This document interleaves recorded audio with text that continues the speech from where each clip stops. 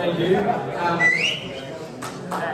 As you know, we've got a few legends here today at the footy club. My name's Joel Brooks and these are the legends next to me here. We've got them just to have a bit of a chat about the glory days of the footy club, which I'm all a big part of. Here they are here. So Stevie Daniel, we know him quite well. He's coaching over 15 Grand Finals, a legendary coach. He has essentially changed the face of this club when he came in with all the Lions guys. Shotty, 319 games, Morrison medalist, a legend of the club as well, as we know. Jezza Liddell, he won 2 flags and was a small forward, 20 years ahead of his time.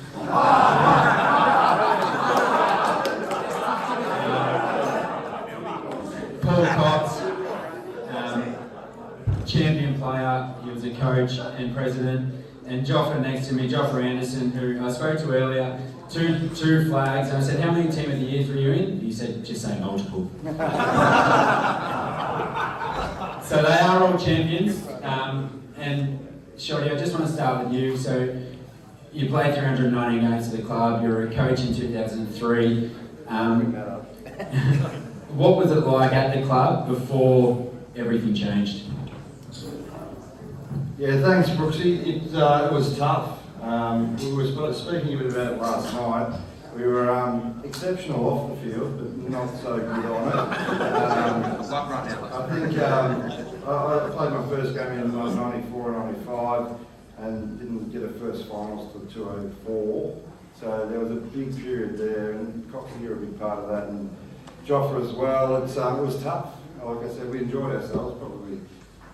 That played into our performance a bit, but yeah, it was hard. Like some of the top teams at the time, yeah, we were losing by 10, 15, 20 goals regularly. I think in '96 we won 1 game, which I think we got the wooden spoon that year, and it's the only time in our history we've got it. So there's some pretty dark times. Tell us about that year coaching. Yeah, that was a funny one.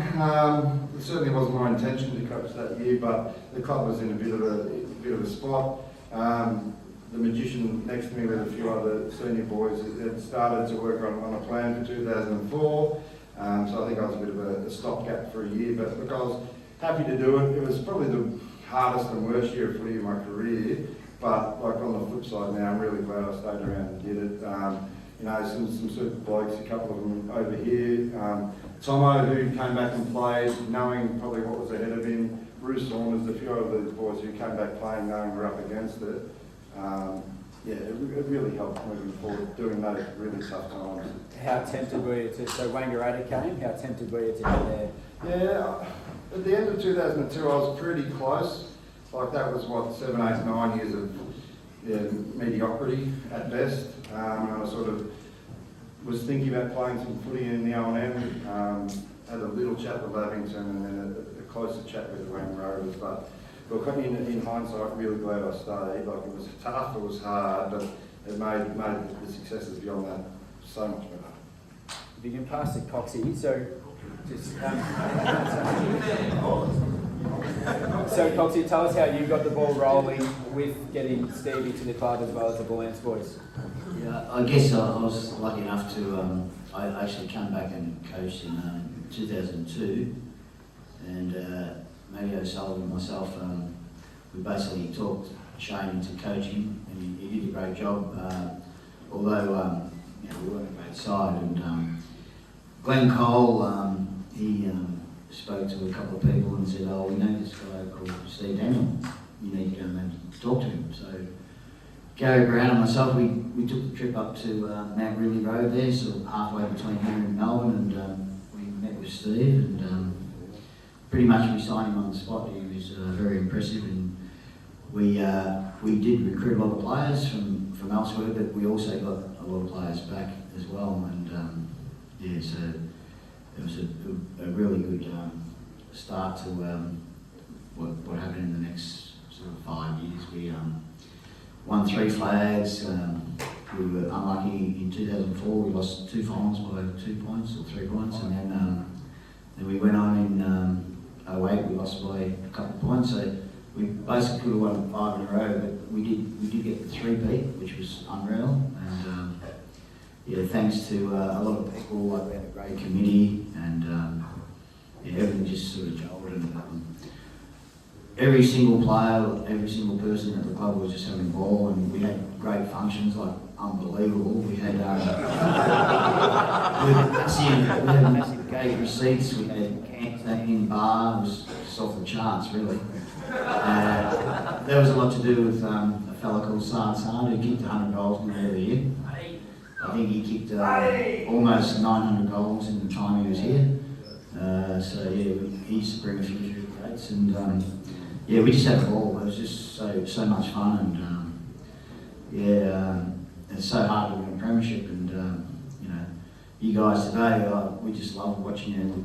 We just had a ball. Just, you know, you guys got over the line, and it was so good to sing the song with everyone, and it was just brilliant. So yeah, well done to the current players, and you know, we're not that far away. Benny Davies has done a great job, and I hope he sticks with it. And yeah, just yeah, they're so hard to win, and yeah, if you get in a position, yeah, just gotta make the most of it. But yeah, it was a really good time. Really was. Yeah. So just in that time when, so it was a battle before the guys came. How desperate were we for change? Was it because Stevie was available, or was it because we absolutely needed somebody? Oh no, we did need somebody. And like Stevie changed the culture, that's for sure. Because what Shotty was saying earlier, yeah, we were probably better off the field than on the field. So that was back in the day. But yeah, no, Stevie changed the whole dynamic, and we've become very professional. But you know, we had really good players around us, and all the local players, they just lifted so much, and just like yeah, it just made a huge difference to everyone. Stevie, what do you remember of the chat with Coxie and Brownie when you first met them? It went quite well, obviously. I remember, which not too many people knew, I had a fair idea I might have been heading up this way. So I remember I snuck up here. At the time I was at Carlton and with the Bull Ants, and we had the bye. And I remember I drove up the highway and we were playing at Schuka. I remember getting up here, and I got here just before half time, and I can't be exact, but I think Seymour was maybe 2 goals, 2-1 to 22 goals, 1. Or 20 goals down at half time. And I remember I went back to Howie, who'd come with me.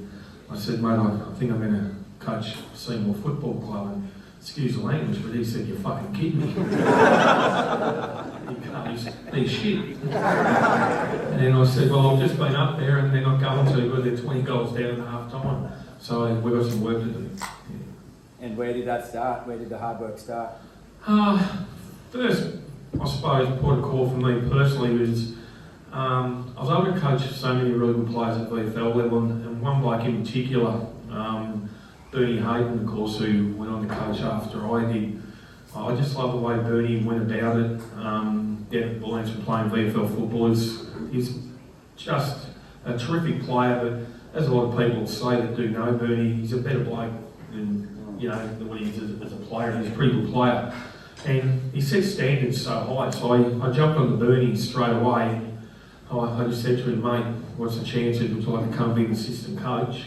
And then from there, we just started going through, and virtually I just started picking off the better players that were down there in the Northern Bull Ants, and they ended up all coming up this way, and the rest, I suppose, as you say, is history. And I think Coxie touched on it before, a lot of the young kids that are up here, we have some really good talent. Young Van Reep, Matty O'Keefe, like we had these players. Joff was already up here. There's really good grounding for young kids, and they just lifted the pain.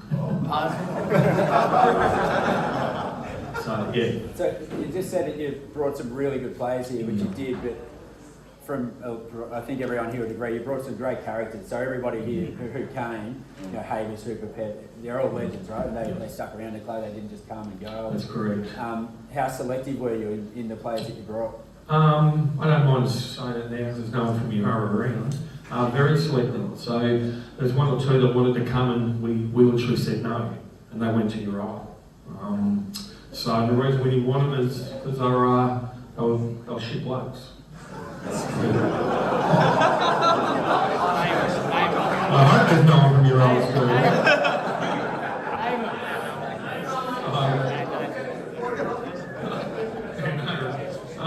So yeah, and look, I'm still the same in the way coach now as I asked my group a lot, so Bernie had a lot to do with that. I think Timmy Hooper, Matty Peck, these boys were involved, and I just said, look, do we really need these boys, you know, at our club? And we just made a bit of a collective decision. No, we didn't need them, and you know, then we chased a couple of other boys that we all knew would be great for the footy club.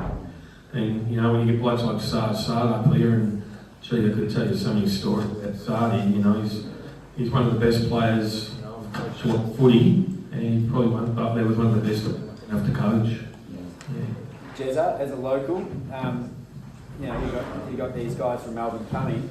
How was it as a local having them come in? Was anybody off guard by that, or was it embraced? What was the blend like? Oh no, it was the best thing ever. I think Shotty was 164 games before you played the final. Yeah. It's like growing up with those. I can still remember SJ's first speech in the rooms. You know, we've got to get more professional. Something simple as you're hydrated, you can't be pissed. You know, just lifting the standards of the club. And with Bernie had long hair, at least you're just in awe. It's like, well, how good this? Like the whole place just changed and just created a wave of emotion. And, you know, just the hunger. You know, it can't be that far. I look at Ben coaching now, everyone's behind him, and you know, you look, just stick fat and things. If you give it everything, you know, amazing things can happen.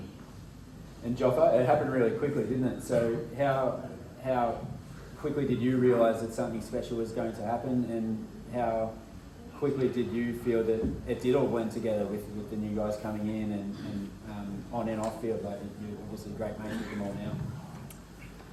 Yeah, when I was 22 at the time, I reckon, you know, 5 and pretty naive just as a person, but maybe a bit different to some of the others here. Was living in Melbourne at the time through uni, so we'd train with all those Melbourne guys during the week, and I reckon the bond was like immediate. And I think it reflects the calibre of the people that Steve brought up here. But it clicked really quickly. I think there was maybe some shared experience. I don't think the Bullants were that successful at the time as well, and we certainly weren't. And there was a pretty strong collective hunger to change, and you knew you had an opportunity. There was a hell of a lot of good footballers that were all a sub-mini footy club, and we were ready to go. So it's good to have good players in, having that blend to make sure it works. Building culture, what role did the Portsea camp play in that? And do you have any stories of how hard it was, of how fun it was, and was that sort of a bit of an impetus of bringing everyone together? I reckon it was, I'm sure it was hard, but it was good fun. I reckon. Yeah, mate, I think Shotty mentioned we were good at functions, we were good off field. Portsea was a good place to do it. Stevie, how important was it to have things like the Portsea camp to build culture for the season and just set the theme?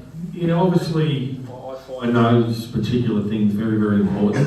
It was a really hard camp, and then I wanted the boys to get together, and they were allowed obviously to have a drink in that night, and I didn't quite know that they go as hard as what they did. I remember I got up pretty early the next day getting ready for a few events that we wanted to do before we head off home, and one of my players was still coming home. I was like, shit, we're going to have to nip this in the bud pretty quick. And who was that? I don't want to say.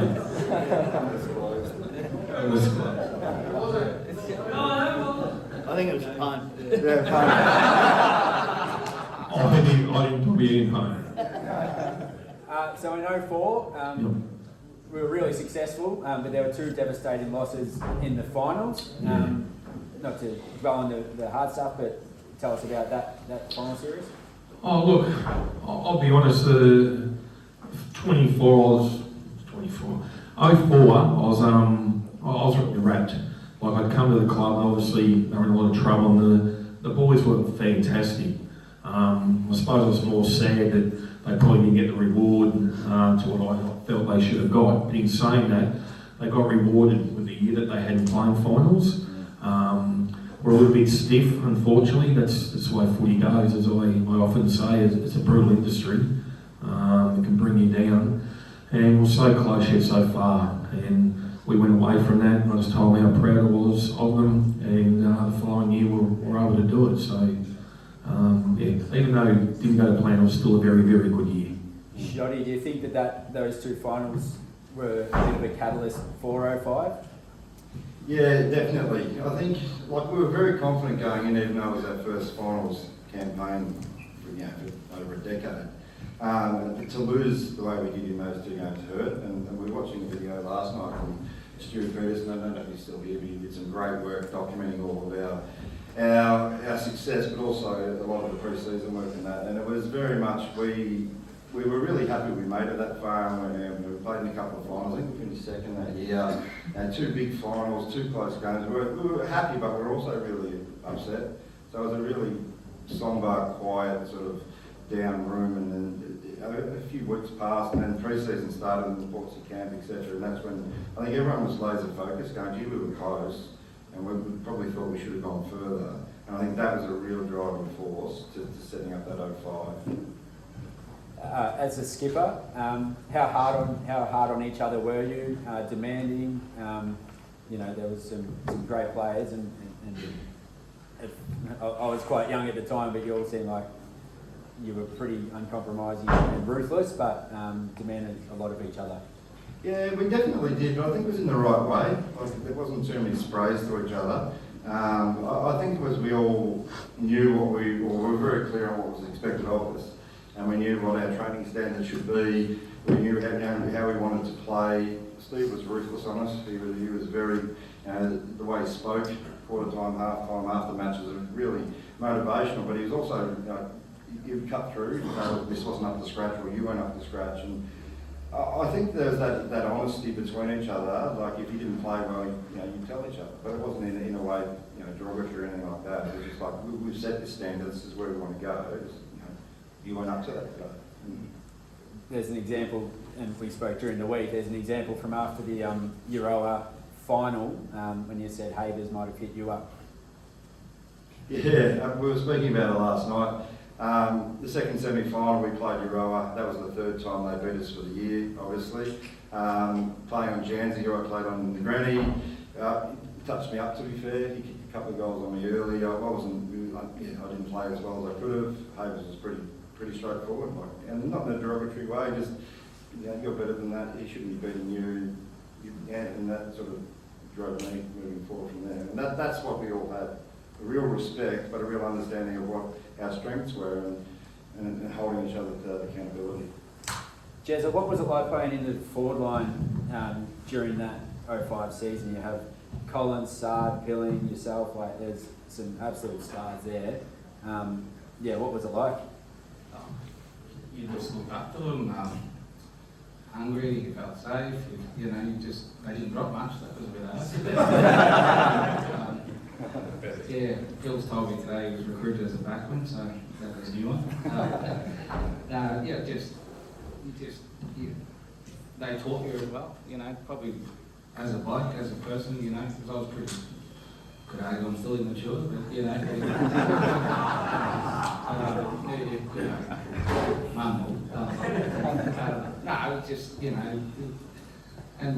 was pretty tough, you had blokes like them that cut games, they come back to belt, Sard and Colo, and, they're the good times, you come into this ground now and you think about it, it just makes you so happy, you think, how good, not how good we were, it's a privilege to be in this, and I was a fringe player, a kid, and I just trained, I just remember working with Coxie one day in Goulburn, and I was, struggling to get a game the year before, and I said, I'll run, just pick me up, I'll run into town as far as I can, I said, and then become trainer and still I just was so desperate to be a part of it, I knew something special was happening, and the best times of my life, really. You were a tough player, but Those guys were.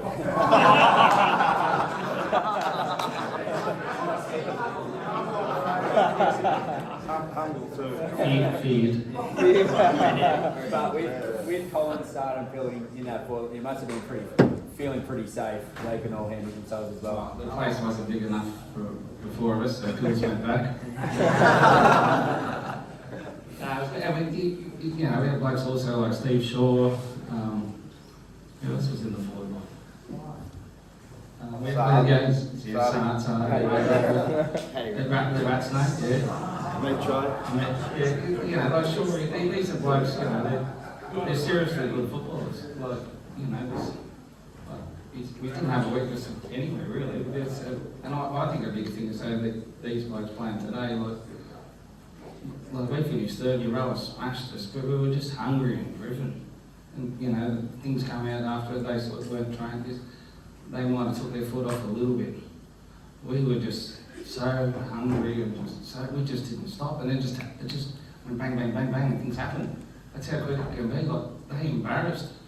I remember SJ the first game in the rooms, and then March champs, April Fools. They beat us by 90-something points. And they beat us by 60 points up in Urella. Took us out in the middle of the ground. Their fullback goes off, kept Sard goalless. He's taking bounds. No supporters, just out in the room yesterday. I can remember everyone was standing being the youngest, and he goes, "I'm proud of you boys. I'm proud of you." So he goes, "No one's to talk."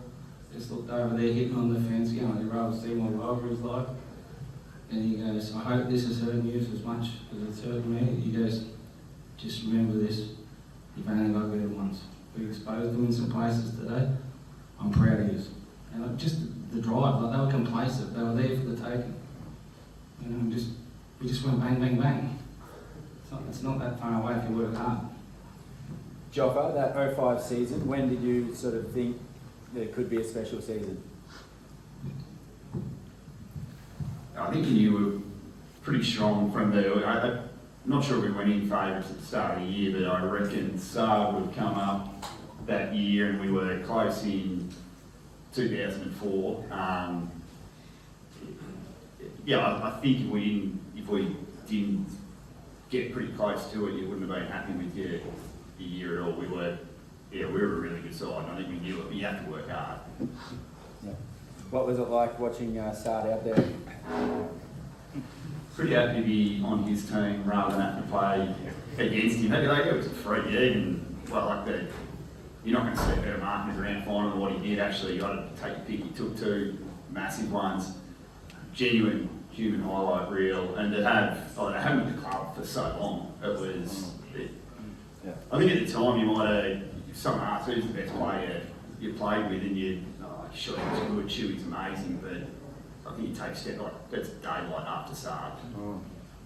Stevie, when did you first see Sard, and what was it like to coach him? Excuse me. Yeah. I went to watch. I heard about him when I was at the VFL, and I went down and had a look. He was playing for Northcote Park.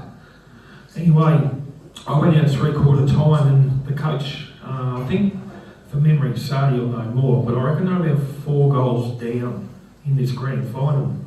And the coach at the time, Northcote Park, said, "We're putting Sard forward," and he just moved everyone else out. And I remember kind of walking up with a smile on my face going, "Frickin' hell, who's this bloke?" And it's a grand final. And they put him forward. Well, needless to say, Sard won him the flag. He just kicked the goals, virtually done on his own. I thought, this bloke needs to be playing in the VFL. So we chased him, and that's how we got him. Yeah. Did you use that as a weapon as your coaching? Did you ever isolate him, or? Yeah, certainly. But Sardi too, it just wasn't his high marking and everything else. It's at ground level, like the pressure and the way he tackled at times and just ran, blokes down or freakishly gets them and tackles them. He just had all of the real good AFL attributes, and a couple of clubs were just looking at him, but Sardi he's just Sardi. He's just quiet, casual, and he really doesn't care about anything. That's just the way he is. Yeah. So we'll talk about the granny. So as Jezza mentioned, there were 3 losses to Euroa leading into that grand final, including the semi-final loss. You've got to try and get everybody up to believe that they can win a flag. What did you do in that time? Well, to be honest, Payne mentioned it before, I know we get beat sometimes because we have to lose. You can't have 2 winners out there. But just remember, you can always play really, really well and you can still lose. We were really good in parts of our game, really good. And I was proud of them. Just the scoreboard didn't reflect that. The final at Marutna, it was just like the grand final. It was just goal for goal for goal. And I remember people, that was a VFL match. The standard, the quality, it was just unbelievable. And I said we'll get another chance at Euroa. And when we watched the grand final again last night, just brought back so many memories. We were unbelievable. You know, Euroa were really good too, but unfortunately they didn't win it and we did. So we just told the boys, just keep hanging in there. Who were their weapons that you were most wary of? Look, they had a couple that we're really worried about. God bless him at the moment. Daniel Sage, I coached him at the Buoyants. He passed away, unfortunately, a tragic accident. We really worried about Sagey. They had a big forward, Scotty Granger, but for us he was never a real rower because Joffa just beat him every time. Sorry? Who's that? No. So, but there's certainly a few that there's certainly a few boys that we have to be very mindful of. So yeah, Matt Collin knows Hayden Lamar. So yeah. So Collo took him out of the game fairly. Took him out fairly. No, he did not. He went in football. So yeah, no, geez, they had a really good side. They had a really good side. Well, lucky as I said, we hung in there and were able to win it. Shotty, as a Seymour boy, how fierce was the rivalry with Euroa?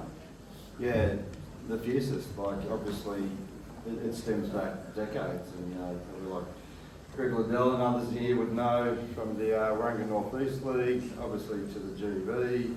Yeah, fierce rivalry, and I grew up knowing that, and you learn it from Greg and Beagles, and then you learn it from Glenn Cole, and that just gets passed down. And I saw it today too with you boys and how hard you cracked in against them, and it gave us, tingles. Yeah, we hate them. Like, yeah, it's that's the nature of it, and to play them in that match for that result, it was euphoric. You couldn't ask for any better. So that's the history of hating them, but there's also an example of after the semi when you said that there was a bit more reason why you might not like them and you were at your place. Yeah, we were having a few beers as we did after a match, and a few of the Euro boys might have made a few calls they probably regret now, suggesting that they were travelling well and in good shape. So we returned a few calls grand final night. Yeah. Jezza, the day itself, so there was thousands of people there. There was a huge build-up. What can you remember from the lead up to the day and the day itself? What were the things that really stand out? I remember being in the rooms, Joe Farmet's home on Thursday night. Obviously, he'd had a grand final experience. He was about 54 back then. But he said, the side that can settle first is going to be a hot footy. Everyone's going to be nervous.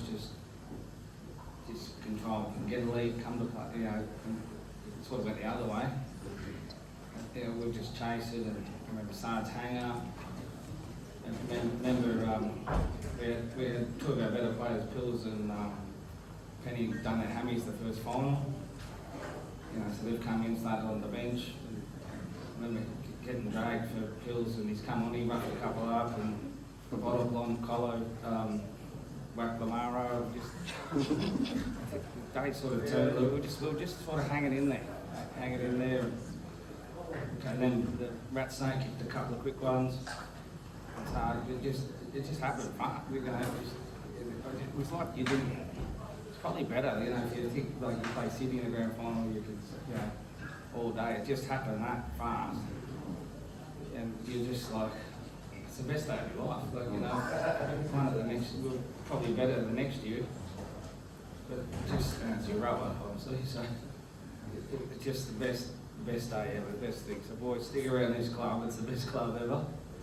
Ben's got something super going on here, so just stick fat. You might be closer than you think, is my advice. Joffa, you had a big role. So Scott Granger kicked 96 goals for the year, and you just kicked the solitary on today. I'm pretty good at math. It's pretty hard to kick 40 at your tongue when you have 2 touches for the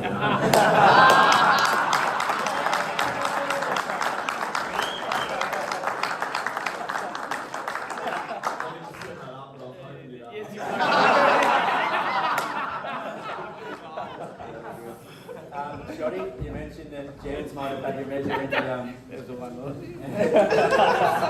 Jans had your measure in the semi. How'd you go in the granny? I think a little bit better, yeah. Look, we watched it last night and you remember a lot of things that you probably forgot. But just the nature of how well everyone played, it was insane. Like, and we were watching it last night going, oh, Reedy played so well in the first quarter. And Paddy Rattray's game now, you look at it again, you're going, wow, he's had 7 or 8 shots on goal and kicked 3 or 3-4. Like, he's had a different game. You know, Pils's impact, and I've talked about it a lot, and I've sent Pilsy probably a message every 2 or 3 months when I've had it for beers, of his tackle on Daniel Sage. If he gets through and kicks that goal, we're probably cooked. And that tackle is probably one of the best things I've ever seen in footy. So, I was happy with my performance, but overall, and Joffa's performance can't go understated. He's towed this bloke, and those 2 touches he got were 2 free kicks. You remember that last time. So, yeah, personally, very happy, but collectively, it was such an awesome team performance. Stevie, so it was a close game all day, but Gerard were in front for a lot of the day. Do you remember if you made any specific moves or what you said at 3/4 I time? mucked a couple of things up early. What were they? I played Vandery down back. We were a little bit worried that I just wanted a little bit more drive off the half-back line. So I thought I'd try something, and we agreed to have a look at it. And I'll be honest, it didn't work. So How quickly did you make the move? fairly quickly, the message went out. Then tactically, we done a few things that did work. I wasn't sure. I moved Joffa because Joffa was on top of Granger, just killing him. And I thought to win the game, we just needed, that 1 or 2 goals. So I thought we'll try and put Joffa there. I couldn't quite remember when I'd done it, but last night it was early in the last to see if he could kick a goal. Because Granger was out of it. Midfield, we threw a couple of things around. I just tried to generate and make something happen. Yeah. And the move of Matty O'Keefe went forward and kicked a couple? Yeah, there's one. Yeah, he went through and kicked a really important goal. So, look, it's grand final day, and you just seem to be trailing by a couple of goals all the time. So you've got to come up with a few ideas how you can score and try and change the momentum of the game. And those couple of things, when we did do that one, that worked really well. Joffa one, I looked last night and put it down there. We scored, not that Joffa scored the goal, but the contest that he brought just down to the ground and we're able to go in. So, yeah, a few things we've done on the day worked really well tactically, except for the Rodney Van Reet one didn't work too good. Coxie, the footage of the game in the final quarter, it keeps panning to the bench, and you're standing on the bench, you can just see you're so nervous. And what can you remember of watching the game? How nervous you may have been, and the euphoria of when the siren went? Yeah, I think that might have been Matty O'Sullivan that was on the bench there. I was up in the stands actually, and but yeah, no, it was we at the 16-minute mark, Granger hit the post, which put him 16 points up with maybe 12, 13 minutes to go. We kicked the last 4 goals straight. 27, and we won by 11 points, but I was with Gary Brown, he was driving me insane. He said, well, we're gone. I said, no, just Hang fire. there's plenty of time, And, yeah, we had the last 7 scoring shots. We kicked 4 goals, 27, and they were 16 points up, and the result was 11 points. Yeah, it was an amazing win, because as everyone knows, we lost 3 times to Gerard, and as we always said, you only have to beat them once, and that was what we did. But yeah, I just wanted to go back to Sard. When he first came to the club, I think we played the rower here and we lost our first game, which was a bit of a downer because we were going so well in our pre-season. We lost. Then we went over to Brutchy. Sard didn't play in the first game because he was suspended from Northern Park. And from Lions, yeah. And so what happened was we went to Rochi, and we knew a lot about this guy. I'd seen him play before at Norfolk Park, and so in the first quarter, he kicked 6 goals in his first game. 6 goals, can you believe it? And then he kicked another 5. He kicked 11. So what have we got here? And then he went on to kick 100 nearly every year. The guy was an absolute freak, and yeah, he was a big player for us. There's no doubt about that. Best player I think anyone's ever played with or seen. Yeah. That last quarter, obviously, he played an enormous role, kicking vital goals, including the one I think to put us up. And then Jezza, you kicked the sealer. Great play.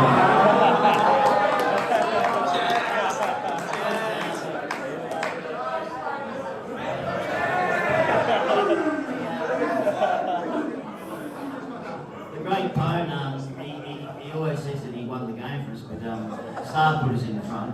Paddy Rattray kicked some good ones too. Paddy kicked 3, and yeah, Pone, he kicked the seal. I said, you kicked the seal and not the winning goal.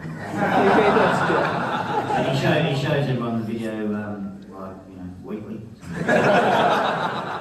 And Shotty, the ball ended up at your hands, which is just perfect for the final siren. How are you feeling? Yeah, it was just an emotional wave hit. I sort of, you were close and went back. Oh, sorry.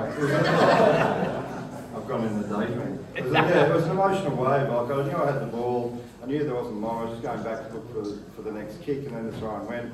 And from there, I really don't know what happened. It was like intense. Just the crowd ran in. Mr. Miyagi got me in a massive headlock. There was pure carnage. The hardest part of that game was that 2 or 3 minutes when it was up. It was just intense. And we've spoken about the rivalry, but you said the next day there was a nice moment with one of their most respected players, Scott Watson. Yeah, probably one of the best things I've seen in footy, and I certainly wouldn't have done this if we'd lost, was on Sunday, Scotty Watson, who's one of the best blokes I think I've ever met, rolled up to the pub and he called out Benny Davey and I, and we just wanted to say thanks. And only 2 or 3 minute gesture, but he's driven down from Gerard to do that. And yeah, we're fairly gassed, so it was good. But it took me a little while to process that. And I just thought if I was in his shoes, would I have done that? And the answer still is no. But that was amazing. I still can't believe it. But I spoke to Benny about it last night, and he was a bit grey on whether it happened or not. Well, thanks everybody. Give them a round of applause.